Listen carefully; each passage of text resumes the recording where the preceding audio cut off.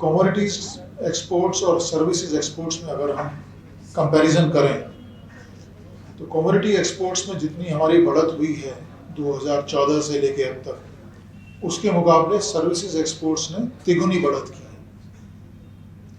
ये जानते हुए आपको प्रसन्नता होगी कि हमारे जो सर्विसेज के एक्सपोर्ट्स हैं वो लगभग अब कमोडिटीज एक्सपोर्ट्स के बराबर पहुंच गए हैं। और मुझे तो आश्चर्य नहीं होगा कि अभी जो हमारा वित्तीय वर्ष चल रहा है 2026-27 या अगले वर्ष तक हमारे सर्विसेज एक्सपोर्ट्स कमोडिटी एक्सपोर्ट्स को कहीं पीछे न छोड़ दें। ये हर्ष का विषय रहेगा कि अगर ऐसा होता है, क्योंकि अब कम से कम विश्व में ये तो एक बात स्थापित हो गई है कि भारत अपनी टेक्नोलॉजी, अपने मैनपावर, अपनी नॉलेज, अपने इनिशिएटिव्स के कारण एक सर्विसेज का बहुत बड़ा एक्सपोर्टर बन के उभरा है। कमोडिटीज़ में भी हम चाह रहे हैं कि जहाँ तक हो सके हम नए मार्केट्स की तलाश करें, नए प्रोडक्ट्स को एक्सपोर्ट करें। उसके तहत जो जो पहल भारत सरकार ने की हैं वो सब मैंने अपने प्रेजेंटेशन में प्रस्तुत की थी। हम लोगों ने जिन देशों के साथ अभी पिछले कुछ वर्षों में फ्री ट्रेड एग्रीमेंट साइन किए हैं, जिसके तहत भारत को उन देशों में मार्केट एक्सेस हुआ है, उन पे जानकारी दी। फिर जो नई स्कीम्स, नए प्रोग्राम्स हम लेके आए हैं उनके बारे में जानकारी दी। एक बहुत महत्वपूर्ण जानकारी आप लोगों के लिए भी ये है कि हमने अभी बहुत ही recently export promotion mission launch किया है, EPM। तो ये एक्सपोर्ट प्रमोशन मिशन जो है, इसमें सारी जो हमारी योजनाएं थी, जितने प्रोग्राम्स थे डिपार्टमेंट ऑफ कॉमर्स के, उन सबको समाहित किया है ताकि एक मिशन के तहत जितना भी हमारा एक्सपोर्ट प्रमोशन या ट्रेड प्रमोशन का काम है वो आ सके। उसके अलावा ईज ऑफ डूइंग ट्रेड, ये जितने भी कदम भारत सरकार ने उठाए हैं कि बिजनेसेस के लिए, ट्रेडर्स के लिए, एक्सपोर्टर्स के लिए कितना हम लोग अपने सिस्टम्स में, अपने रूल्स में, अपने रेगुलेशंस में संभव परिवर्तन ला सकते हैं ताकि लोगों को बिजनेस करना, ट्रेड करना या एक्सपोर्ट करना आसान हो सके। तो वो जो पहल थी हमारी, जिसके तहत ईज ऑफ डूइंग ट्रेड, हमने बहुत सारे रेगुलेशंस जो है अपने उनको सिंप्लीफाई किया है। बहुत सारे प्रोसेसेस थे जिनके थ्रू बिजनेसेस को या एक्सपोर्टर्स को जाना पड़ता था, उनको हमने इलेक्ट्रॉनिकफाई या डिजिटिफाई किया है ताकि जो पेपर वर्क है वो कम से कम हो।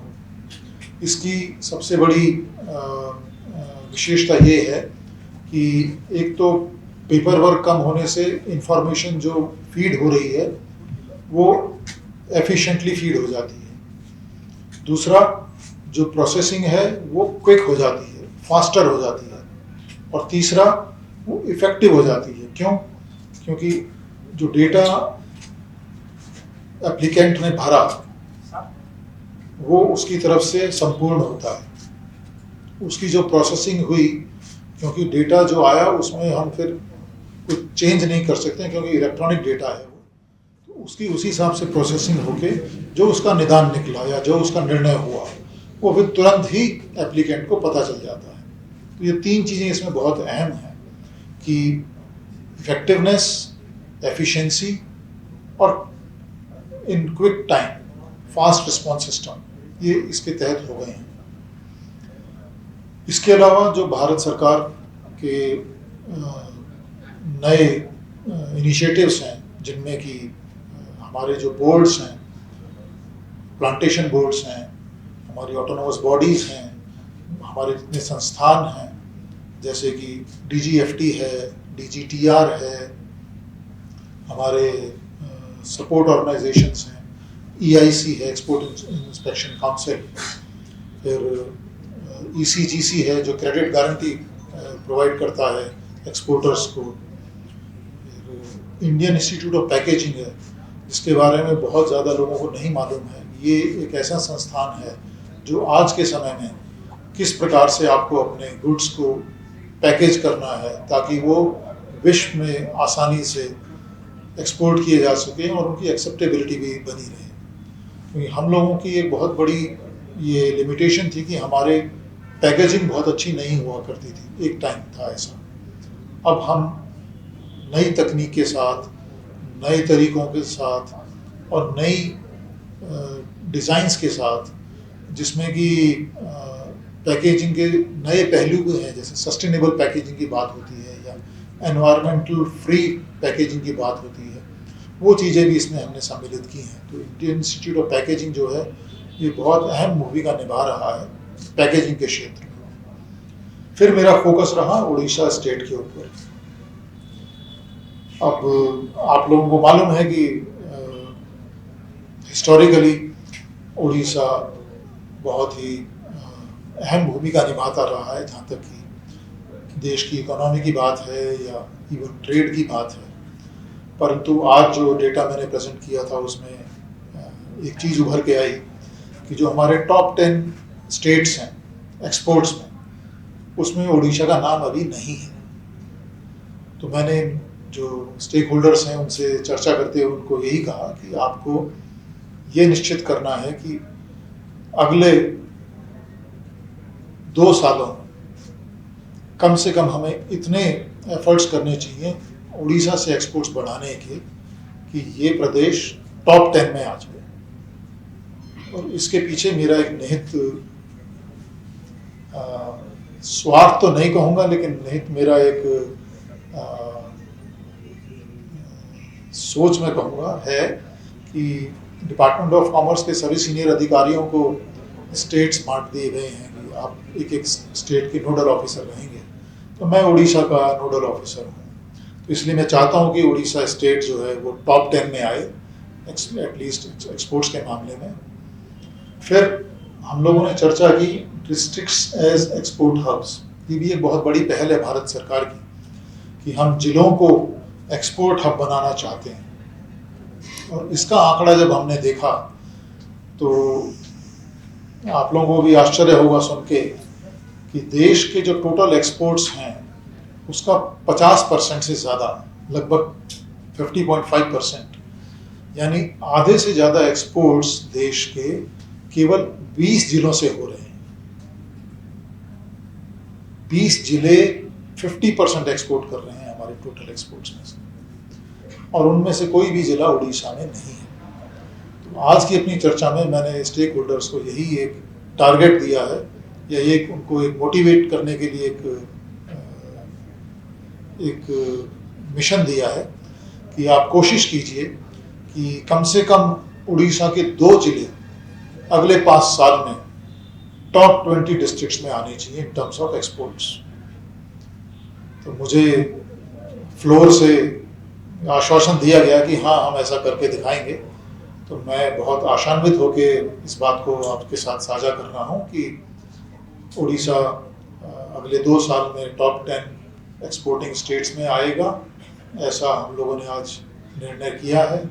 और इसके प्रति हमारे सभी के साझा स्टेप्स होंगे, साझा हमारी कार्रवाई होगी। और साथ साथ कम से कम 2 डिस्ट्रिक्ट्स को टॉप 20 डिस्ट्रिक्ट्स में लाने के लिए अगले 5 साल का हम लोगों ने सोचा है। तो यही आज की जो बैठक है उसका मैं कहूँगा निचोड़ रहा। और अभी मीटिंग चल ही रही है, क्योंकि चर्चा ऐसी थी और ऐसा विषय था जिसमें जो दर्शक थे और मैं वक्ता था, लेकिन इंटरेस्ट इतना ज़्यादा आ रहा था सभी को, तो वो चर्चा थोड़ी लंबी चल गई। तो उसके लिए मैं आपसे क्षमा भी चाहता हूँ कि आप लोगों को बहुत देर यहाँ वेट करना पड़ा। जो हमारा निहित समय था उसमें थोड़ी देरी हो गई। तो मीटिंग क्योंकि अभी चल रही है, तो मैं अभी वापस जाके उनके साथ फिर से उनसे आगे की बात करूँगा, क्योंकि यहाँ का जो आज का आयोजन था ये हमारे 2 मेजर अथॉरिटीज़ हैं डिपार्टमेंट ऑफ कॉमर्स की। एमपीडा का ऑफिस यहाँ भुवनेश्वर में है। मेरे सहयोगी हैं अर्चिमन लहरी जी, ये यहाँ एमपीडा ऑफिस हेड करते हैं। और अपीडा है agriculture and processed foods exports development authority, उनकी तरफ से श्री सीताकांत मंडल आए हुए हैं, वो अभी सेशन ले रहे हैं। तो इन दोनों हमारी अथॉरिटीज़ के साथ मिलके हमने आज का ये कार्यक्रम किया। और मुझे आशा है, और आशा ही नहीं पूर्ण विश्वास है कि जो जो छोटा सा हम लोगों का इंटरेक्शन हुआ है, इससे उड़ीसा में जो युवा लोग हैं, जो महिलाएं हैं, जो एंटरप्रेन्योर्स हैं, जो मैन्युफैक्चरर्स हैं, एग्रीकल्चर प्रोड्यूसर्स हैं, सेल्फ हेल्प ग्रुप्स हैं, उन एजुकेशन इंस्टीट्यूशंस हैं, स्पेशली जो फिशरीज के कॉलेज हैं, एग्रीकल्चर कॉलेज हैं, उनको ये प्रेरणा मिलेगी कि इस राज्य को निर्यात के क्षेत्र में आगे ले जाने के लिए हमें बड़े अथक प्रयास करने हैं, और टारगेट बहुत ऊंचा है। मतलब पिछले 12 साल में हमने अपने एक्सपोर्ट्स लगभग 2 गुना किए हैं, लेकिन अगले 2 वर्षों में हमें इनको बढ़ा के जो आज की डेटा है, जो आज की हमारी फिगर है, उससे डबल करना है, उससे 2 गुना करना है। तो $863 बिलियन का जो हमारा एक्सपोर्ट है, उसको बढ़ा के हमें लगभग $2 ट्रिलियन यानी $2000 बिलियन पे लेके जाना है। ये हम लोगों ने एक लक्ष्य रखा है अपने लिए, तो उसमें उड़ीसा का योगदान ज़्यादा से ज़्यादा हो, ये मैं ऐसी आशा करता हूँ।